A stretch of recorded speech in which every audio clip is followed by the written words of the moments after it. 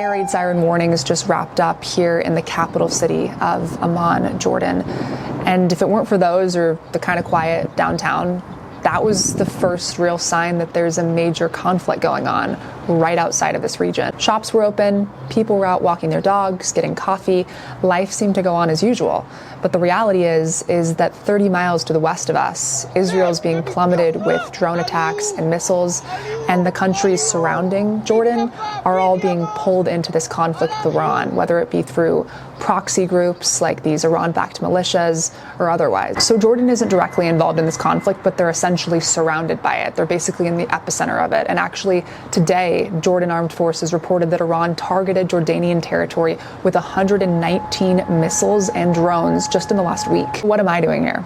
Well, for the past 3 years, I've been covering portions of the war in Gaza, not from the field, but from the confines of a studio in a building with a doorman, with a view of the people who were financially tied to parts of the conflict itself. So in other words, I've had to rely on a perspective shaped by distance and by the very environment that's providing fuel to the fire. And for the most part, we're all complicit in this form of ignorance, even as journalists.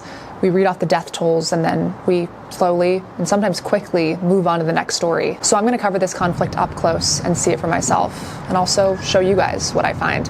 I want to hear the sounds, I want to speak to the people, and I want to get a genuine understanding of what's really going on, and honestly, where our tax dollars are going. In the age of misinformation, media bias, and even videos that are tough to distinguish between AI and reality, boots on the ground journalism is more important than ever.